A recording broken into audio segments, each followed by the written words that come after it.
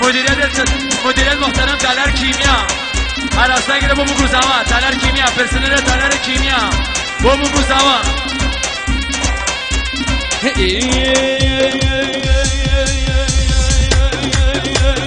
چود کفتاکی کوشک دکانی کوشک خبا خانم جان ولی انسانی وای وای وای وای وای وای وای وای تالان و مالم این کشیتا خانم بیاسن زوالم شواشیتا کد بی بی بیاسن زوالم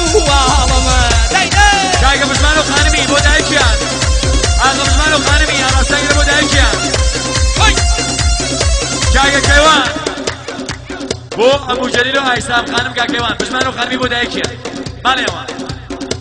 كنا هاتم مالك وي وي وشو نشيني هاتم مالك وي وي وشو نشيني شايد هاور بوم وي وي وفنجان شيني شايد هاور بوم وي وي وإسكان شيني وي وي وي وي وي وي وي وي هالان وو مالم بيم كاشيتاك خانم بيسان زوالم شواشيتاك البيبي بيسان زوالم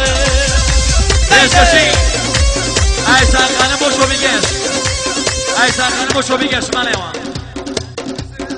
که اگه برد و شو بخانم بوشو بگش اگه برد و شو بخانم